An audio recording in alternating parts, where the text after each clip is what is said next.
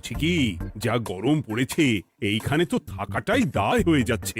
উফ, আর যে পেরে উঠছি না। মনে হয় আপাতত এখান থেকে কদিনের জন্যে। মহারাজ, বাইরে রাজ্যের প্রজারা জড়ো হয়েছে, সকলে মিলে বিক্ষোভ করছে। একবার একবার শিগগির আসুন মহারাজ, নইলে সাংঘাতিক কিছু একটা ঘটে যাবে। কি হলো? আবারও কোনো সমস্যা হলো নাকি? আমাদের রাজ্যের প্রজারা তো যথেষ্ট বোঝদার, তারা তো এমনি এমনি ঝামেলা ঝঞ্ঝাট সৃষ্টি করার মানুষ নয়। গোপাল, চলো গিয়ে দেখি।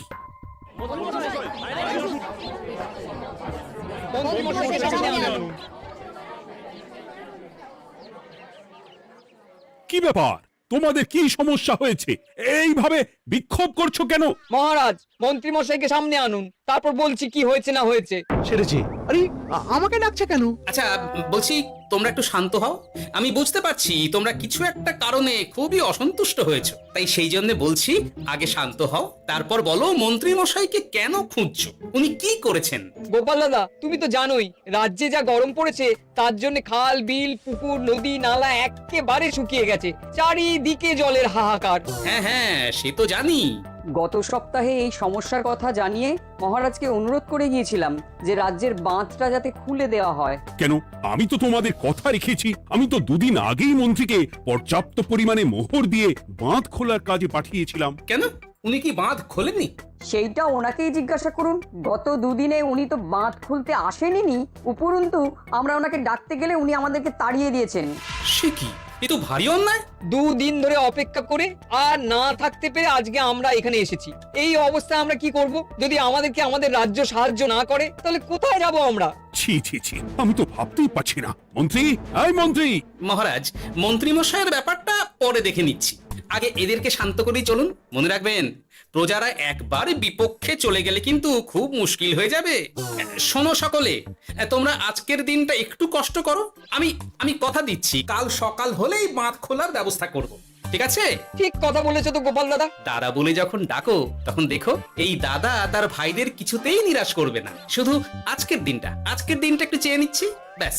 ঠিক আছে, আজকে আমরা চলে যাচ্ছি, কিন্তু কালকে কিছু না হলেই। কোনো কিন্তুরই জায়গায় নেই পুঁটির বাবা, আর তোমরা আর রাগ করো না। চিন্তা করো না, সকাল হলেই সাঙ্গ পাঙ্গ নিয়ে আমি বাঁধ খোলার কাজে নেমে যাব।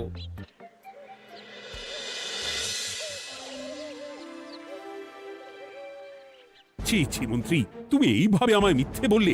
ভাবতেই পারছি না কি দরকার ছিল আমায় মিথ্যে আশ্বাস দিয়ে প্রজাদের সামনে নাক কান কাটার। মুখে কুলুপ কেন? উত্তর দাও। না মানে আমার শরীরটা ঠিক ভালো ছিল না, তাই বাড়ি থেকে বেরোতে পারিনি। বলছি কি, শরীর খারাপ থাকলে রাজসভায় খবর দিতে পারতেন, আমরা কেউ দায়িত্বটা পালন করতাম, কি আছে? সমস্ত মোহরগুলো ত্যাগস্থ করে ঘাপটি মারলেন ঘরে। ছি ছি, জানাই আপনাকে ধিক্কার। সকলে মিলে করো প্রতিবাদের চিৎকার। মন্ত্রী মশাই, ছি ছি ছি ছি ছি ছি। মহারাজ, আপনি এক্ষুনি মন্ত্রী মশাইকে কদিনের জন্য সভা থেকে বহিষ্কৃত করুন। সে তো করবই, তবে তার আগে আমি চাই কালকে যখন বাঁধ খুলতে তোমরা নামবে, তখন সেই কাজে কোনো লোক নিয়োগ না করে মন্ত্রীকেই বাঁধ খুলতে নামাবে। মহারাজ, এ কেমন বিচার আপনার? আমি না রাজ্যের মন্ত্রী। মন্ত্রী না ষড়যন্ত্রী। মন্ত্রী মশাই, তাহলে কালকের জন্য প্রস্তুত থাকুন। মহারাজের বাঁধ খোলার জন্য সকল মোহর তো আগেই আত্মসাৎ করেছেন, এবার শুধু কাজে নেমে পড়বেন, কেমন?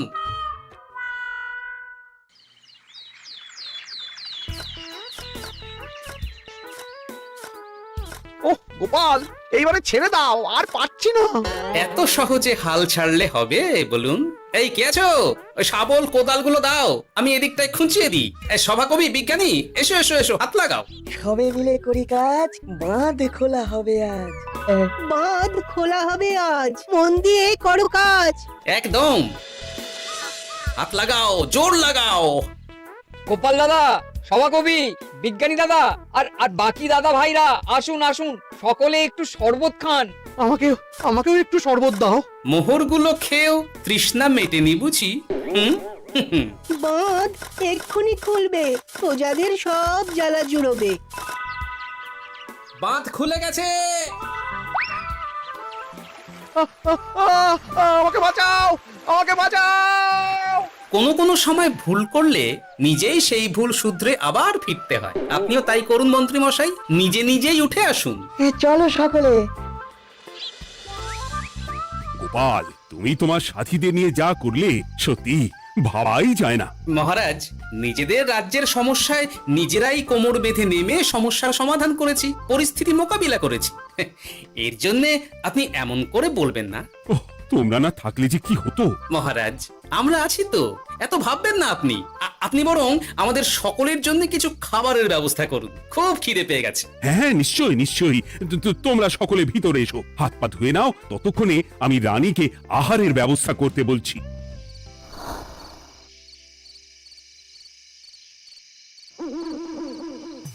ওমা গো, ওমা বাঁচাও, কি শরীর খারাপ তাই না লাগছে গো। একে গিন্নি, বাবারে, কি হয়েছেটা কি? ও, তুমি এইভাবে এখানে শুয়ে কাতরাচ্ছ কেন? বলি তুমি এসেছো?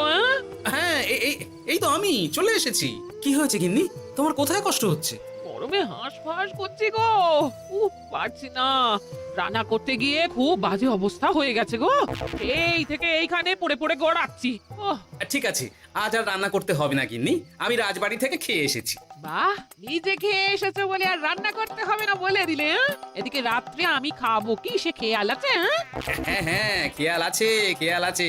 যাও, আমার জন্য রান্না চাপাও আর একটু জল দাও। দেখো, এত গরম পড়ে কৃষ্ণনগরের অবস্থা শোচনীয় হয়ে গেছে। বয়স্ক লোকেরা কোনো কাজই করতে পারছে না। সত্যি তো, এই গরমে রান্না করাটা খুবই কঠিন গিন্নি। কি বললে? আমি বয়স্ক লোক? আমার বয়স হয়ে গেছে, তাহলে নিজে কি? হ্যাঁ, এই না না গিন্নি, আমি তোমায় কিছু বলিনি। আমি গোটা কৃষ্ণনগরের সাধারণ বয়স্কাদের উদ্দেশ্যেই কথাটা বললাম। তোমার তো বয়স হয়েছে বলে মনেই হয় না গিন্নি। ও তাই বলো?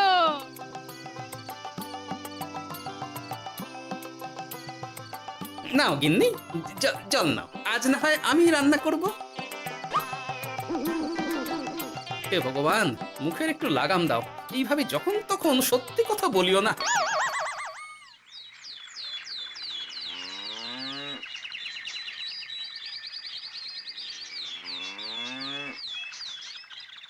গোপাল দাদা, ও গোপাল দাদা, একবারটি বাইরে এসো, মহারাজ জরুরি তলব করেছেন। আবার কি হলো? গোপাল দাদা, গিন্নি, একবার ও বাইরে গোপাল গিয়ে দাদা। দেখে আসি, বুঝলে? পেয়াদা এসে অনেকক্ষণ থেকে ডাকছে।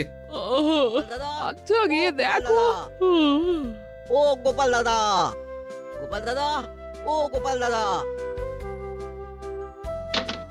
আরে তুমি এক্ষুনি একবার প্রাসাদে চলো, রানীমার খুব শরীর খারাপ করেছে, মহারাজ তোমাকে খবর দিতে বললেন। ঠিক আছে, তুমি যাও, আমি আসছি।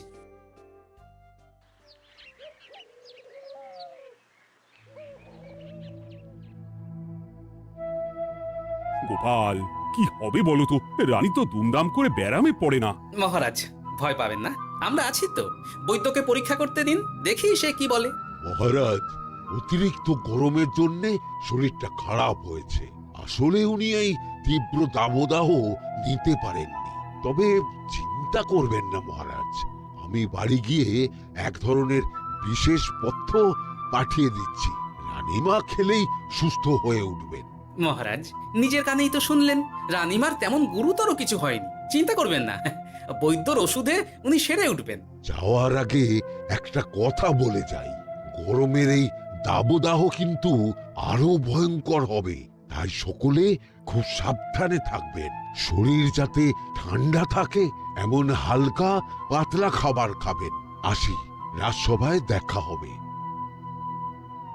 মহারাজ, বৈদ্যমশাই কিন্তু এটা ঠিক বলেছেন, গরম আরো বাড়বে, তাই দুজনেই খুব সাবধানে থাকবেন, কেমন? গতকাল তো আমার গিন্নিও গরমে চোটে কুপোকাত হয়ে গেছিল, শেষমেশ আমাকে বাড়ি গিয়ে রান্না করতে হলো আর কি। ও বাবা, তাই নাকি? তাহলে তো খুবই চিন্তার ব্যাপার। আচ্ছা মহারাজ, আমি তাহলে এখন আসি, আবার রাজসভায় দেখা হবে। এই গরমে আর এখানে থাকতে পারছি না, বলছি কদিনের জন্য না একটু অন্য কোথাও গেলে হয় না গো? গিন্নি, এই গরমে ঘরেই থাকো, অন্য কোথাও যাওয়ার মোটে নাম করো না।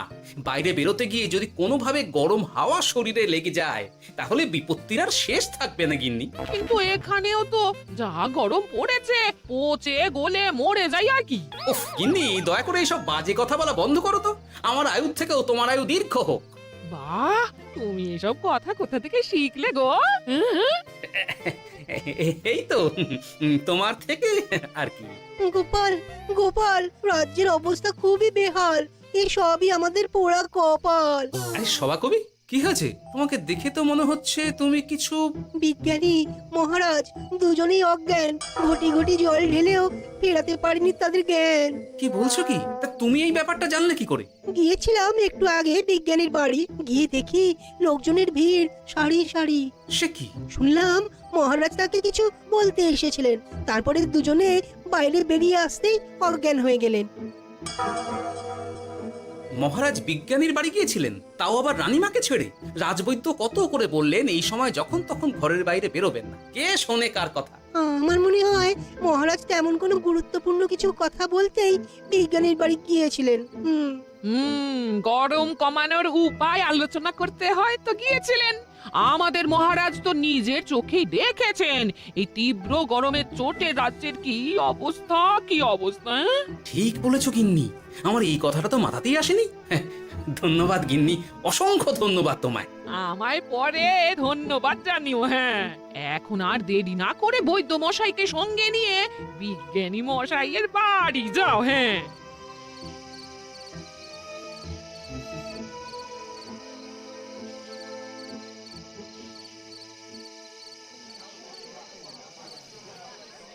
কি বুঝছেন বৈদ্যমশাই? খুব একটা ভালো কিছু বুঝছি না গোপাল। দেখো, সত্যি বলতে ওই কৃষ্ণনগরের অবস্থা খুবই বাজে। তাই এখানকার মানুষেরা একে একে অসুস্থ হয়ে পড়ছে। বাইরের অবস্থাটাও তো ভালো নয়, বুঝতেই পারছো। এখন সান্ধ্যকালীন হাওয়াতেও গরমের তাত রয়েছে। দেখুন, রাজ্যের যা অবস্থা, তাতে যদি রাজ্যের মাথা থেকে সমস্ত প্রশাসনিক প্রধানরাই অসুস্থ হয়ে পড়েন, তাহলে তো ভীষণ বিপদ। সে তো বটেই। এই জন্যেই আমি বলি কি, মহারাজ সহ সকল সভাসদেরা এই রাজ্য ছেড়ে কদিনের জন্য পাহাড়ি কোনো এক জায়গায় গিয়ে থাকুন, পরিবার নিয়েই যান। দেখুন, আগে নিজেরা বাঁচলে তবে তো রাজ্যবাসীকে ভালো রাখতে পারবেন, তাই না? কথাটা কিন্তু মন্দ বলেনি বৈদ্য। গোপাল, এই গোপাল, তুমি পাহাড়ে যাওয়ার ব্যবস্থা করো।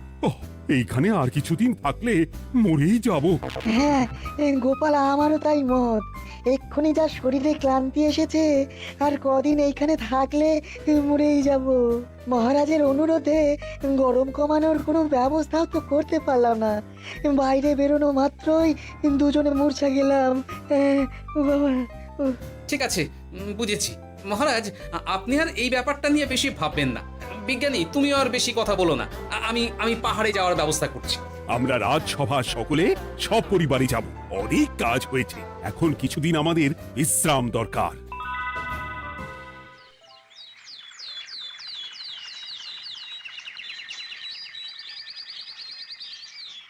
কি গোপাল, মন্ত্রীকেও তুমি আমাদের সঙ্গে নিয়ে যাচ্ছ? তুমি কি সব ভুলে গেছো? মহারাজ, আপনি খামোখা উত্তেজিত হবেন না। আপনার শরীরটা কিন্তু ভালো নেই। আর মহারাজ, আপনার রাজ্যে বাস করে আপনার থেকেই শিখেছি বিপদের দিনে পরম শত্রুকেও দূরে ঠেলতে নেই। গোপাল এটা ঠিক কথাই বলেছে। যতই হোক, উনি তো আমাদের মন্ত্রী, তাই এই বিপদের দিনে ওনাকে ফেলে যাই কি করে বলুন তো? সত্যি গোপাল, তোমার তুলনা নেই। ঠং, সবই নাম কেনার চেষ্টা। গোপাল, চলো এইবারে রওনা দিই। বলছি, খাবার দাবার আর জলের কলসিগুলো উঠেছো তো? হ্যাঁ, খাবারের পাত্রগুলো আপনার জিম্মায় থাকবে, আর জলের কলসিগুলো আমি সামলাবো।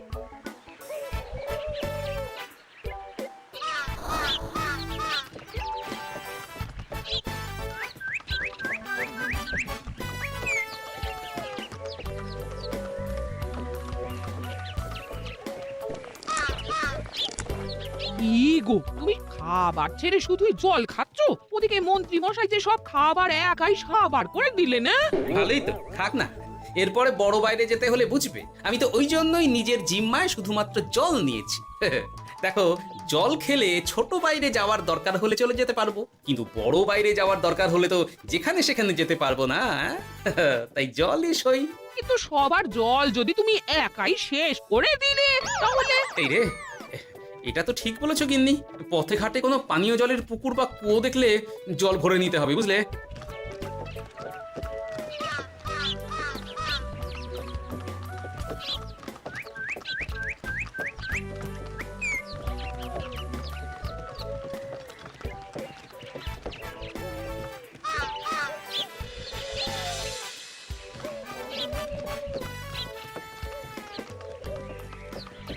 সকলে আসুন, দেখুন দেখুন মহারাজ আবার মূর্ছা গিয়েছেন, আসুন। সে কি, কৃষ্ণনগর পেরিয়ে এসেছি, এখন এই অচেনা অজানা জায়গায় এসে মূর্ছা গেলেন? গিনি চলো তো শিগগির গিয়ে দেখি। কেউ ঘাবড়াবেন না, মহারাজের শরীরটা আসলে খুব দুর্বল ছিল তো, তাই মূর্ছা গিয়েছেন। তবে চিন্তার কিছু নেই, আমি এক ধরনের পথ্য দিচ্ছি, এটা খেলেই উনি আবার সুস্থ হয়ে যাবেন। ঠিক আছে বৈদ্য মশাই, আপনি তাহলে যত তাড়াতাড়ি সম্ভব পথ্যটা তৈরি করুন। হ্যাঁ, আমার এই পথ্যটা তৈরি করার জন্য একটু জলের প্রয়োজন, একটু জলের ব্যবস্থা করুন তো। এ মা, বলি গাড়িতে যে এক ফোঁটাও জল নেই গো, কি হবে? এই গোপাল, তুমি একাই সব জল খেয়ে বসে আছো? হ্যাঁ গোপাল, এখন এসব বাদ দাও, চলো একটু জলের ব্যবস্থা করি। হ্যাঁ, খানাখন্দ, খাল, বিল, নদী, সমুদ্র, যেখান থেকে পারো জল নিয়ে এসো। জল ছাড়া এই পথ্য বানানো অসম্ভব। গোপাল, কি করা যায় বলো? দাঁড়াও, আমি একটু ছোট বাইরে থেকে ঘুরে আসছি। হ্যাঁ, খুব জোরে বেগ আসছে, ত্যাগ না করতে পারলে বুদ্ধি খুলবে না।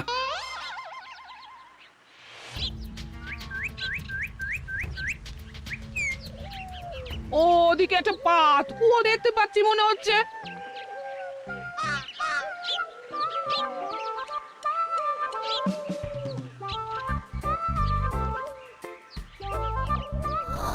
জল কোথা থেকে পাবো? তবে কি জলের অভাবে আজকে মহারাজ সুস্থ হতে পারবেন না? রানীমা, ব্যাকুল হবেন না, আমি আছি তো। আমি থাকতে কিচ্ছু অঘটন ঘটবে না। সকলে শুনুন, বিশেষত মহিলাদের বলছি, আপনারা সকলে নিজেদের কাছে যত শাড়ি আছে সেই প্রত্যেকটা শাড়ি আমাকে দিন।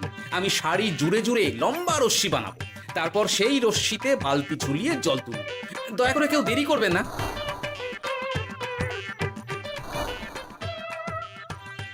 এই নাও আমার 5খানা শাড়ি। হ্যাঁ, এই নাও আমার 10খানা শাড়ি। আমি বাবা আমার লতা পাতা মিনি করা শাড়িগুলো দেব না। যা পারো করো, আমি বড় বাইরেতে যাচ্ছি। ওমা, বিপদের দিনে শাড়ি দেবে না? গায়ের জোরে নিয়ে আসবো। হ্যাঁ,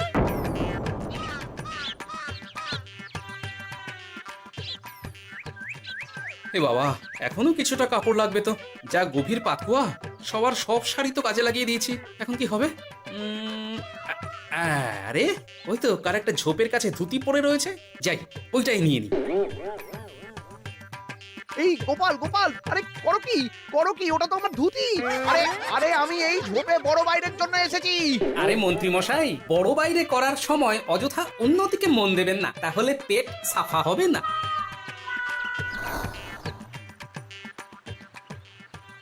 গোপাল, তুমি ছিলে বলে এই যাত্রাতে রক্ষা পেলাম। ভগবান তোমাদের অনেক অনেক মঙ্গল করুক। এই দেখো না, ওরা না আমার লতা পাতা আঁকা শাড়িগুলো নিয়ে নিয়েছে। এই দূর তোমার শাড়ির লতা পাতা, আমি নিজেই জড়িয়েছি বড় বড় ঘাস পাতা। কিছু করছে রে, দূর চাতা, দূর।